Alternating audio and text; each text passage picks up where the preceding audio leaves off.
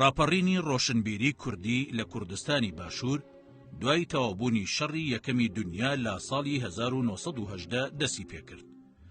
ژمارەیەک لە ڕۆشنبیرانی کوردی عوسمانی لە ئیستەنبوڵەوە گەڕانەوە و ئەزموونی پێشکەوتووی ئەو سەردەمایان لەگەڵ خۆیان داهێنایەوە بۆ کوردستان. هەر لەو سەردەمانەدا حوسێن حوزنی موکریانی لە سابلاخەوە ڕووی کردە کوردستانی باشوور و سەرەتا لە ڕواندز پاش چەند ساڵێک ئەنجا لە هەولێر گیرسایەوە. حوسێن کوڕی سەید عەبدولەتیف کوڕی شێخ ئیسماعیلی خەزاییە. لە گوندی نیچکە لە نزیک ئاوایی بوغدەکەندی سەر بە بۆکانی موکریان لە ساڵی 1893 لەدایک بووە. سەید عەبدولەتیفی باوکی زۆر نەژیاوە. لە سەردەمی لاوێتیدا هەندێ نازناوی بۆ خۆی داناوە و بەشێک لە نووسینەکانی بەو ناوانە بڵاو کردوێتەوە. ناوەکان حوزنی، خدۆک، داماو، بیژەن بوون. لە ناو ئەمانەدا نازناوی حوزنی بەسەر ئەوانی دیکەدا زاڵ بوو. بەگشتی کەسێتی مێژوونووس و شاعیر و نووسەری ئەم ماوەیە بە حوسێن حوزنی موکریانی و حوزنی ناوی دەرکردووە. لە هەندێ شعریشدا نازناوی داماوی بەکارهێناوە. حوزنی لە خێزانێکدا ژیاوە مناڵ بووە کە باوکی کۆچی دوایی کردووە. لە تەمەنی 12 ساڵیدا بێکەس و بێداڵ دەماوەتەوە.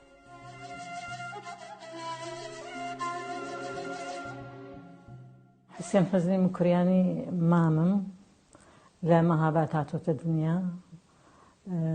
سەردەمی منداڵی و تۆزێ گەورەتریش هەر لە مەهاباد بەسەری بردووە، بەڵام دوای ئەو بۆ خوێندن چۆتە شارەکانی دەوروبەری مەهاباد، بەڵام بەوە شەر ڕازی نەبووە کە خوێندنەکەی لەو شارانە بێ، بەڵکو لەوێەوە خەریک بووە کە بچێتە وڵاتەکانی دەوروبەری ئێران، چۆتە ئەفغانستان، دوایە هاتووە چۆتە ئەرمینیا، چۆتە رووسیا، چۆتە قەفقاسیە. لە قەفقاسیە وانەی زمانی کوردی بە منداڵەکانی شەمسەدینۆڤ گوتۆتەوە، لە بیرەوەرەکانی خۆی باسی ئەمە دەکا و هەوڵی ئەوەی داوە کە ئەو کتێبانەی کە بە زمانی فارسی بوون بۆ منداڵانی ئێران چاپکرابوون ئەو وەری دەجێڕان سەر زمانی کوردی و دەیکرد بەوانە دەیگوتە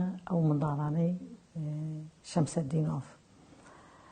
هەڵبەت حوسێن حوزنی کاتێک کە دەگەڕێ لەو گەڕانەی خۆیدا بۆ ئەو وڵاتانەی دەوروبەری ئێران، دوای ئەو دوورتر دەڕوا دەچێتە هەتا سعودیە، 2 ساڵ لە مەککە دەمێنێتەوە. لەوێش هەندێک دەستنووس هەیە لەلام، هەندێک نامە هەیە بۆی هاتووە لەوێەوە، کاتێک کە لەوێ بۆ پەیوەندی لەگەڵ ئەو کوردانە پەیدا کردووە کە هەلێو نیشتەجێ بوون.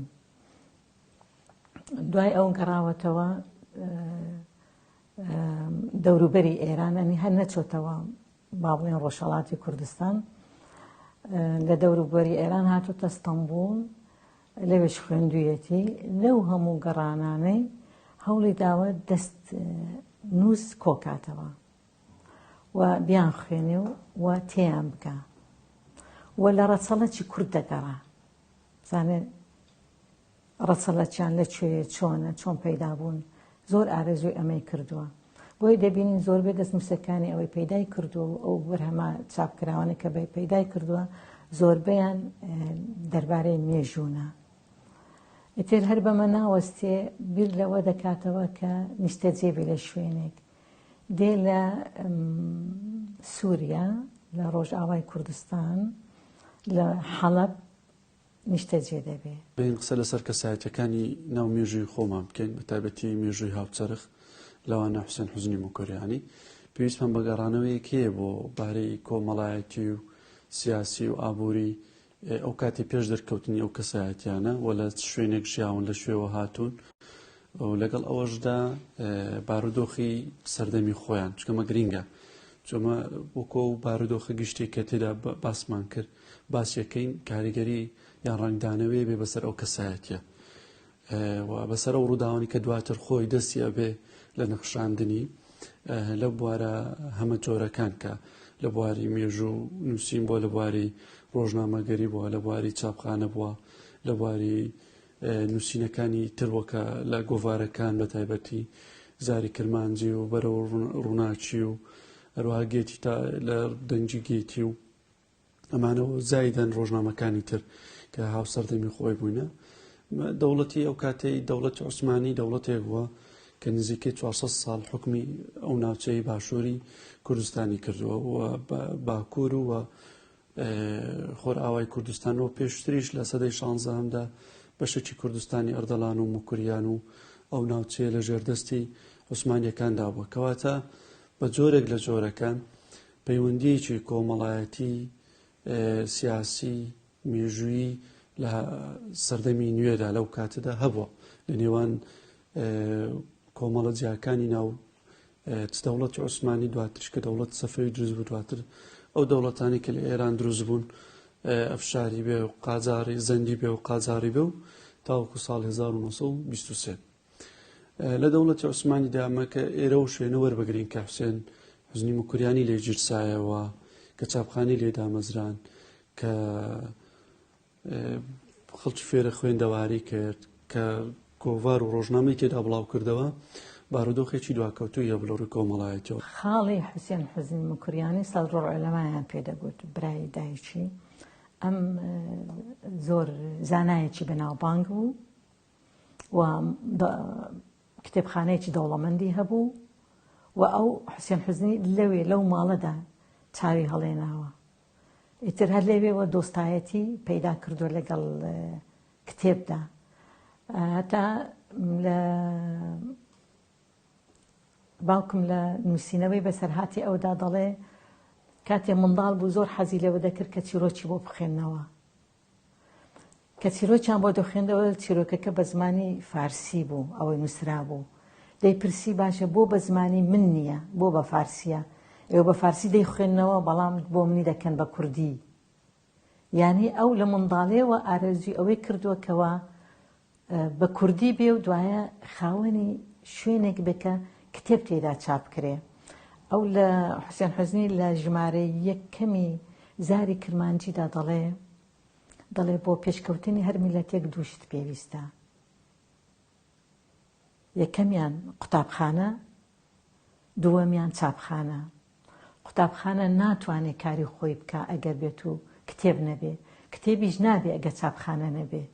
بۆیە من ئەو ئامێرم لە ئەڵمانیا کڕی و هێنامەوە بۆ کوردستان. لە سەرەتای سەدەی 20م و ڕۆژگارانی جەنگی یەکەمی گێتی سنووری سیاسی نێوان ئێران و عوسمانی تەگەرێک نەبووە بۆ هاتوچۆی کورد لە هەموو ناوچە کوردنشینەکانی کوردستانی ئێران و عوسمانیدا. ئەمە ڕێگەی بۆ حوزنی خۆش کرد بە شوێن کاردا بگەڕێ لە ناو خاکی هەردوو دەوڵەتدا. هێشتا لە تەمەنی لاوێتیدا بووە کە کەوتووەتە ئیستانبوڵ و لەوێ فێری مۆرهەڵکەندن بووە. لەو ماوەیەدا ناوچەکانی کوردستانی باکوور گەڕاوە تا دوای داگیرکردنی کوردستانی باشوور و دروستکردنی دەوڵەتی عێراق لەلایەن ئینگلیزەوە. حوزنی بەهۆی سەیدتەهای نەهریەوە لە ڕواندز جێی کراوەتەوە و لەوێ نیشتەجێ بووە. لەو شارەدا زۆر نەماوەتەوە. لەو سەردەمەی ئەفسەری کوردی عێراقی فایق کاکەمین لە ئوردوی سوپای ڕواندز بووە. ناخۆشی کەوتوتە نێوانیانەوە. ناچار بووە ڕواندز بەجێ بێڵێ و ڕوو بکاتە حەڵەب. لەو شارەدا حوزنی خەریکی پیشەی مۆرهەڵکەنی و چاپخانە بووە تا ساڵی 1925. ئەو چاپخانەی لە حەڵەب کاری تیادا کردووە لە دواییدا بۆتە هی خۆی بەکڕین یا بە هەر جۆرێکی تر بوو بێ. لە ساڵی 1926 حوزنی خۆی و چاپخانەکەی گەڕاوەتەوە ڕواندز و چاپخانەکەی لەوێ دامەزراندووە و ناوی ناوە چاپخانەی زاری کرمانجی.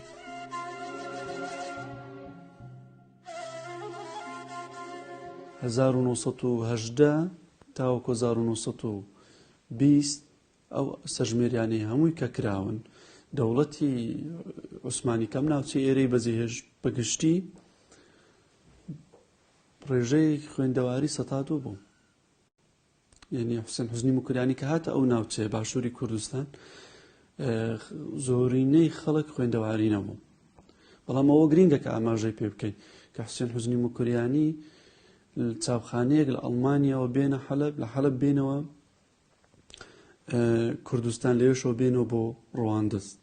ئێمە گەر بەراورد بکەینەوە شێخ مەحموود کە سەرکردایەتی و کاتێ هەموو باشووری کوردستانیە کرد وەفدێکی نارد لە بۆ کۆنگری ئاشتی لە پاریس لە حەلەب گیران تەنها وەرەقەیەکیان پێ بوو نەیانتوانێت ئەو وەرەقەیە بگەینە پاریس. بەڵام تۆ سەیری حوسێن حوزنی موکریانی بکە بە ناودڵی ئەوروپادا بێتەوە بگەڕێتەوە دەوڵەتی عوسمانی بگەیتەوە حەلەب لە حەلەب بێتەوە ڕەواندوو چاپخانە دامەزرێنی. یعنی ئەمە خۆی مەسیرەیەکی تاریخیە. یعنی چۆن مەسەلەن ئێمە باسی ئەوەکەین مەسیرەی 10,000ەکەی یۆنانی هەیە گەزنەفۆن کە نووسەرێکە و 10,000 کەسی لەگەڵدایە اینجا توانێت کتێبێک بنووسێت. تو سەیری حوسێن حوزنی موکریانی بکە بەتەنیا مثلەن بەبێ برا بەبێ خوشک بەبێ ئامۆزا بەبێ عەشیرەت چونکە شتێکی لێرە زۆر گرینگە کە ئاماژەی پێ بکەین. حوسێن حوزنی موکریانی یعنی کوڕی دیوەخان و ئاغا و عەشیرەت و با بڵێن ئەوە نییە هێزی لە پشتەوە بێ هێزی دنیایی کە دەڵێن یعنی نفوز و دەسەڵاتێکی هەبێ خۆی بسێپێنێ. ئەوە شتێشتر تایبەتمەندی حوسێن حوزنی موکریانی ئەوەیە لە شاری خۆی نییە لە ناو کەسوکاری خۆی نییە. اینجا شانی خۆی داتە بەرچی بەر بە خوێندەوارکردنی خەڵک بەر بە وشارکردنەوەی خەڵک. کاتێک بەس لە هەندێک گەورە پیاوانی میلەتەکەم دەکەم گریانم بۆیان دێ. یەکێک لەوانە بەهەشتی حوسێن حوزنی موکریانیە.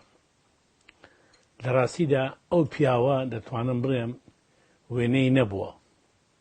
یەکەم پیاوێک بووە لە ڕۆژانی پێش 89 ساڵ لە ساڵی 1926 چۆتە ئەو ڕەواندزەی ئێستاش ئۆتۆمبیل بە گێری ڕەقەمیەک بەسەر دەکەوێت.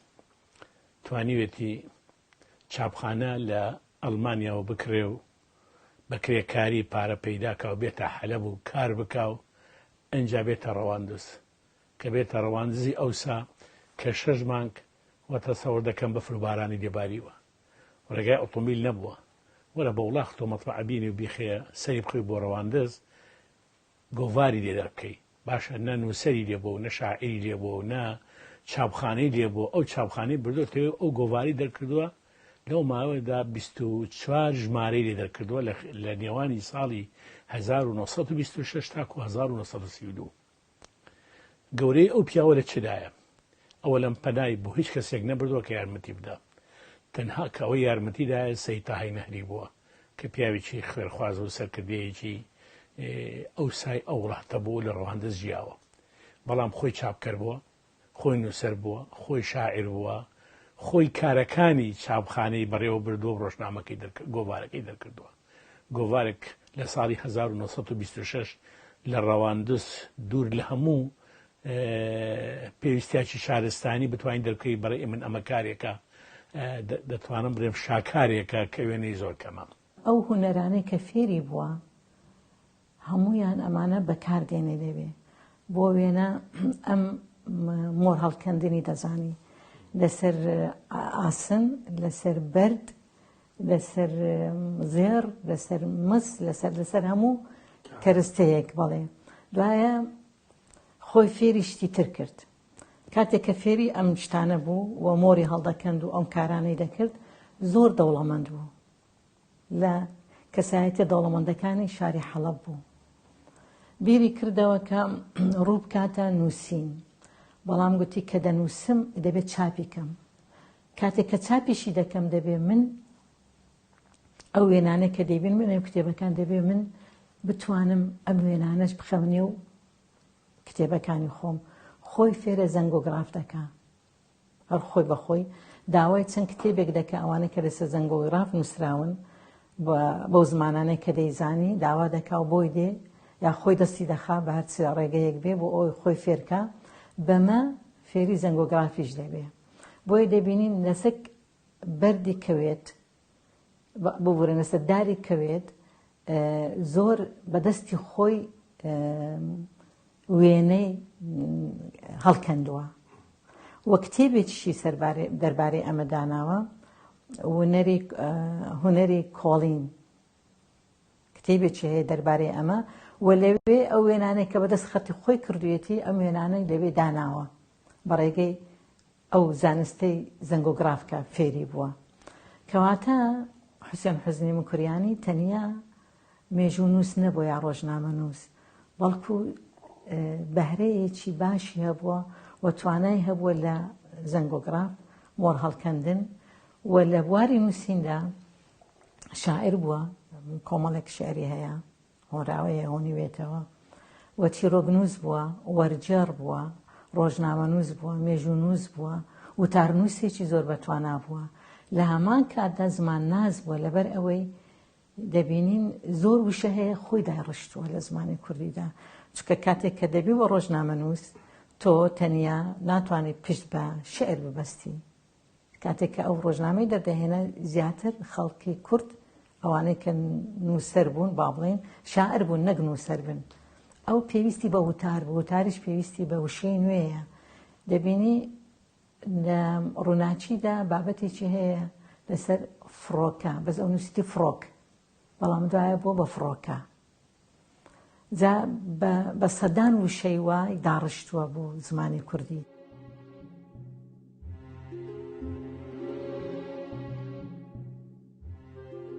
لە سەرەتای سەدەی بیستەمدا حوسێن حوزنی موکریانی بە پارەوپولی خۆی دوو دیاردەی کولتوری هاوچەرخی بۆ یەکەمین جار هێنایە باشووری کوردستان یەکەم ئامێری کامێرا کە بەهۆیەوە وێنەی سەدان پیاوانی ڕووناکبیر سەرکردە دەسەڵاتدار نێودار و کوردی پێگیرا و لە ئامان کاتدا بەو ئامێرە دەیان کورد فێری هونەری وێنەگرتن بوون دووەم ئامێری چاپکردن لە ساڵی 1940دا حوزنی لە ئەڵمانیا ئامێرێکی چاپی کڕی و لە ساڵی 1950 لە شاری حەڵەب دایمەزران لە ساڵی 1925دا بۆ ڕواندزی گواستەوە و لە ساڵی 1948ەوە تا ئێستاش لاولێری دێریندا چەسپێنراوە ئەم چاپخانەیە لەگەڵ ئەوەی یەکەمین چاپخانەیە کە حوزنی لە کوردستاندا بۆ ڕاژەکردنی وشەی ڕەسەنی کوردی دایمەزراندووە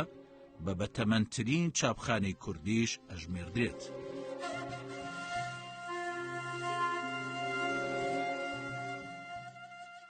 حوزنی هەموو بەهرەکانی خۆی بەخشیوە بە کورد بۆ خۆی نەژیان هەمووی بەخشی بە ڕاژەکردنی زمان و وێژە و ڕۆژنامەگەری و مێژووی کورد بۆیە دەبینی هەتا ئێستا ئەو ناوی هەرماوە و دەدرەوشێتەوە لە کاتێکدا ئەوانەی کە هەبوون بوون و لە دەوروبەری ئەو بوون هیچیان ناویان نییە چونکە هەمیشە بیر دەمێنێتەوە ئەو خاوەن بیر بوو بیرەکەشی ئەو بکەوە ڕاژەی وشەی کوردی بکات جا بە چ ڕێگەیەک ئەو ڕێگەی کە خۆی هەڵی بژاردەبوو حوسێن حوزنی شارەزایی لە زمانی کوردی فارسی عەرەبی هەبوو و ئینگلیزی باش دەزانی و لە هەمان کاتدا فەرەنسیشی دەزانی کاتێک کە لە سووریا ژیان خۆی فێری زمانی فەرەنسیش کردبوو ئەنی شارەزایەکی باشی لەو زمانانە هەبوو و هەتا ڕووسیشی دەزانی وەکو درێ زمانیان لێدا ئەم حوسێن حوزنی بەسە زمانە داماوە بێکەسا بێپارا بێ یارمەتیدەرە هاتە هەولێر محەمێکی خێرخوازی نیشتمان پەروەری ڕۆناکبیر هەبوو کە بە ناوی شید مستەفا بوو ئەمە تەکلیفی لەوەی کرد کە گۆڤارێک دەربکەن بە ناوی گۆڤاری ڕۆناچی ئەو سەری پێوە نەبوو بێ پارەشکاری دەکرد ئەوە بوو گۆڤاری ڕۆناچیان لە ساڵی 1936 11 ژماریانێ دەرکرد حوسێن حوزنی کە هەندێک جار کە باز دەکرێت شاکارەکانی کەی چییە یەکەم نووسەری کورد بووە یەکەم مێژوونووسی کورد بووە کە مێژووی کوردی بە زمانی کوردی نووسیوە خۆ پێشتر شەرەفنامە نووسراوە بە فارسی نووسراوە بە عەرەبی نووسراوە بەڵام ئەو یەکەم جار بۆکو مێژوو نووسێک مێژووی کوردی بە کوردی نووسیوە دوو هەوڵی داوە کە پیتەکانی کە لە کوردیدا نەبوون بنووسین چۆتە ئەڵمانی هەڵی کردوون چاپی کردووەکو پیتی vێ ژێ پێ گاف کەوانە لە کوردیدا نەبوون ئەمە بۆ یەکەم جار حوسێن حوزنی موکریانی چۆ لە ئەڵمانیا ئەو پیتانەی دروست کردووە پاشی ئەوە کە زانیوەتی کاری ڕۆژنامە نووسی و کاری گۆڤار پێویستی بە مۆڵ هەڵکەندن و کلیشە هەبووە تەسەوەرکەن دیسان بۆ بێ پارەی و بۆ بێ کەسێک چۆتە ئەستەمبول و خۆی فێرە ئەو هونەرە کردووە تاکو لە گۆڤار و ئەو ڕۆژنامانەی کە ئیشی کاریان تا دەکا بتوانی کە سوودیاورە بگرین. ئەو پیاوە وەکو من بیلۆگرافیایەکەی تەواو نەدیوە بەڵام ئەوەی کە دەزانم نێزیکەی 50 نامێرکە و کتێبی هەیە لەسەر مێژووی کورد بەڵام بەداخەوە هەمووی تا ئێستا چاپ نەکراوە. لە زانستی مێژوودا لەو قوتابخانانی کە مێژووی کوردیان نووسیوەتەوە زۆر کەم هەیە بگەڕێتەوە دواوە ڕەخنە بگرێتن یان هۆکار و ڕووداوە مێژوویەکان با بڵێن هۆکاری ڕوودانەکانیان یان کەسەکان کە بووینە هۆکاری ئەو ڕووداوانە دیاری بکاتن. ئەویان حوسێن حوزنی موکریانی با بڵێن دەستێکی باڵای هەبووە. اینجا گە تۆ سەیری ئەو قۆناغی دوای بڵێن کە شەڕی یەکەمی جیهانیە یعنی قۆناغی دابەشکردنی کوردستانە لەو قۆناغا کە قۆناغێکە تەواو بەرەو سزبوونی بڵێن کوورد دەڕواتن چونکە هیچ شتێک نەما لە بۆ کورد بە دوای کە کۆنگری ئاشتی لە پارێسیش کرا دواتر کە لۆزانیش هاتەکە لە 1923 ئیتری شتێک نەما بۆ کورد کە بڵێن وەکو کیانێک لەسەری دامەزریانی هیوایەک بێ لەسەری هەڵبچنێت و بڵێ ئاسۆی دو ڕۆژم لێ دیارە ئەو حکومەتێکی کوردی هەیە یان قەوارەیەکی کوردی هەیە. اینجا ئەو دێتن لە ڕەواندوز چاپخانە دائەنێ لە شوێنێکی دابراو لە شوێنێک کە بڵێن هۆکارەکانی گواستنەوەی کە تێدانیا لە نێوان هەموو ئەو ناوچان هەتا لە ڕوانزشەوە کە نزیکن لێکەوە بە ناوچەکان کە دابراون لێکتری مەسەلەن توگە تۆپۆگرافی ناوچەکە وەربگرین منطقەی برادۆز دابراوە لە منطقەی بارزان لە ناوچەی ناودەشتی دیانان دابراوە لە ناوچەی باڵەکایەتی ناوچەی باڵەکایەتی دابراوە لە ناوچەی ناودەشت تەنها ڕواندز ماوەتەوە وەکو قوتبێک لەو ناوچەیەدا یعنی وەکو قیبلەیەک. ئەم قیبلەیە لە چ کاتێکدا دەرکەوت لە کاتی سەردەمی بە پایتەختبوونی ڕەواندوز لە سەردەمی میر محەممەدی پاشایان با بڵێن پاشای گەورەی ڕەواندوز. بەڵام ئەگە سیر بکەینەوە ڕەواندوز ئەو کاتێک کە حوسێن حوزنی موکریانی گەیشتێ لەسەر دەستی ڕووسەکان وێران ببوو یعنی ئەو هەر بەسەر شارێکی وێرانیش داکەوت. تا ساڵی 1934 خەریکی کواری زاری کرمانجی و بڵاوەخانەکەی بووە. لە حوزەیرانی ئەو ساڵەوە تا ناوەڕاستی مانگی تشتینی دووەم لە سلەیمانی بووە لەگەڵ پیرەمێرد لە ڕۆژنامەی ژیاندا کاری کردووە. لە ساڵانی 1935 بۆ 1936 لە هەولێر کواری ڕووناکی بڵاو کردوێتەوە. لە دوای ئەمە ماوەیەک بێکاری بەخۆوە دیوە لەگەڵ دەستپێکردنی جەنگی دووەمی گێتی کەوتووەتە بەغدا و لە ساڵی 1943 وەک نووسەرێک لە کواری مانگانی دەنگی جیهانی تازە دامەزراوە. لە گۆڕەپانی ڕۆشنبیری کوردیدا لە سەرەتای ژیانی خوێندەواریدا حوزنی لایەنی زانستی مێژووی هەڵبژاردووە لە پێناو خزمەتی ڕۆشنبیری کوردی. لەبەر ئەوەی خوێندنێکی ڕێکوپێکی ئەکادیمی نەبووە لە مێژوودا لانی پراکتیکی یا مەیدانی وەرگرتووە واتە زیاتر لە سەرچاوەی سەرزاری و گێڕانەوەی ڕووداوی پێشینان و سەر و سەربوردە و بەسەرهاتی پیاوانی مێژوو کەڵکی وەرگرتووە. کە ئینگلیزەکان پێویستیان بە دیعایە هەبوو قەنەعەتیان بە تۆفیق وەهبی بەگ و حوسێن حوزنی موکریانی کرد کە گۆڤارێک دەربکەن بە ناوی گۆڤاری دەنگی جێتی تازە. ئەوە بوو لە نێوانی ساڵی 1943 هەتا ساڵی 1945 کە حرب تەواو بوو چەند ژمارەیەکیان لە گۆڤاری دەنگی جێتی تازە بڕاوکردەوە کە وەکو دەرێ ئەو ساکە کە لە بەغدا دەردەچوو و ملحەقەی برین سەقافەی بەریتانی یارمەتیەدا. بەڵام لەگەڵ ئاوابوونی خۆری شەڕی جیهانی دووەم ئینگلیس هەندە مەلعونە ئیشی بە کورد نەما کە گۆڤارێک دەربکە وازی لە تۆفیق وەهبی و وازی لە بەهشتی حوسێن حوزنی هێنا و گۆڤارەکە ڕاوەستا. بەڵام ئەمان لەسەر وەکو دەرێ خەرجی خۆیان تەمان بە هیمەتی تۆفیق وەهبی بەگ خوا لێ خۆش بێ توانیان جارێکی دیکە 34 ژمارە لە گۆڤاری دەنگی جێتی تازە بڵاو بکەنەوە لەسەر مەصرفی خۆیان ئەوەش بە هاوکاری محەممەد بابان و فائق تۆفیق و خەڵکانی خێرخواز کە وەکو دەرەی یارمەتی دەری ئەو بوون. هەژاری موکریانی لە دوو شوێن لە وەڵا لە چەند شوێن باسی حوسێن حوزنی دەکەم لە نامەیەکیدا کە بۆ کاکی نووسی کە بۆ جموکریانی برا بچووکی نووسەتی دەڵێ بەداخەوە بە جموکریانی دەڕێ هەژاری موکریانی دەڕێ بەداخەوە ساڵی 1947 کە حوسێن حوزنی مرد تۆ لەوێ نەبووی، بەڵام ئێمەی چەند کوردێک لەگەڵی بووین و لەسەر خەبرەکەی ئامادە بووین. دەرێ باوەڕم پێ بکە هەندە گریام خەریک بوو فرمێسکەکانم ئەگەر تێکەڵ بەگڵەکە باو قوڕی دروست دەکرا هەندی بۆ گریاوم چونکە دەمزانی حوسێن حوزنی چۆن بۆ کورد دەسووتا، چۆن بۆ کوردستان دەسووتا، حتا وشەیەکی هێناوەتە نووسین دەرێ دین و ئیمانی کورد و کوردستان بووە. جا لەبەر ئەوە دەرێ کەم کەسێ وەکو حوسێن حوزنی بۆ بێ پارەی و بۆ بێ فەقیری و بە بێ یارمەتی توانێت ئەو هەموو ئیشە گەورانە بکە کە لە خەیاڵی هیچ کەس نییە. ئێستا گەر خەڵکانێک بینی یەک دنیا پارەشی بۆ دابنێ خودداوەیکی لە ناتوانی چارەیەک لە ئیشەکانی حوسێن حوزنی موکریانی بکاتن. حوسێن حوزنی موکریانی بێتە بارودۆخێک ئەوەی کە لەوێ بنووسێ و لەوێ لەو بارودۆخەدا وەکو شۆڕشێک وایە واتە هەستانەوەیە. ئەو هەستانەوەی بەچێ بە نووسینە، بەڵام پێش نووسینەکە چێ چاپخانەیە، ئەنی ئەو ئامێرێکی هەیە کەرستەیەکی هەیە کە ئەو بیرڕایەغنەی خۆی چاپ بکات و بڵاو بکاتەوە. بەڵام لە هەر هەمووشی گرنگتر ئەوەیە ئەو دەسەکە بە نووسینەوەی مێژن. یعنی ئێمە لەو قۆناغەی کە تێپەڕوین لە سەردەمی میرنشینەکان ئێمە کە سیر بکەم بگەڕێنەوە دواوە، میرنشینی ئەردەڵان بابان نەبێ، میرنشینی بەدلیس نەبێ کە لە سەدەکانی زۆر پێشتر لە سەدەی 16 دەستیان بە نووسینەوەی مێژوو کرد.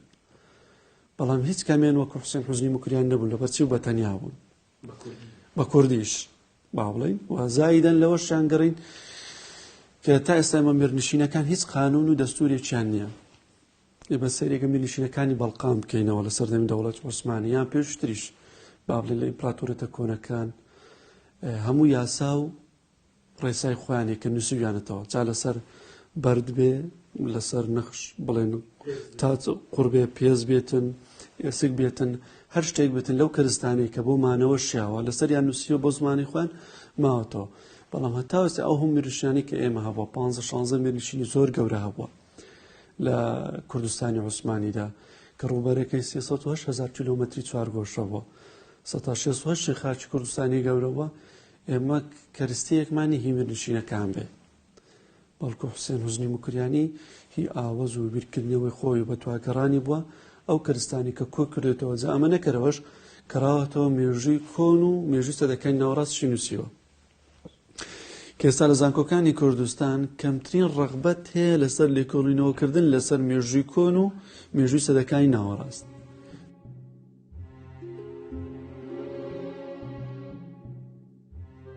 دیارە بە هەموو جۆرێک ئەمە ئەوە ناگەێنێ سەرچاوەی نووسراوی نەبوو بێ.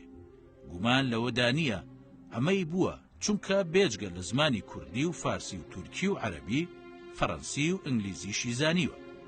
ئەمە بۆتە هۆی ئەوەی ئاگاداری ئەو زانیاریانە بێ کە لە مێژووی ئەو میلەتانەی حوزنی زمانیانی زانیوە و بۆ نووسینی خۆی کەڵکی لێوەرگرتوون.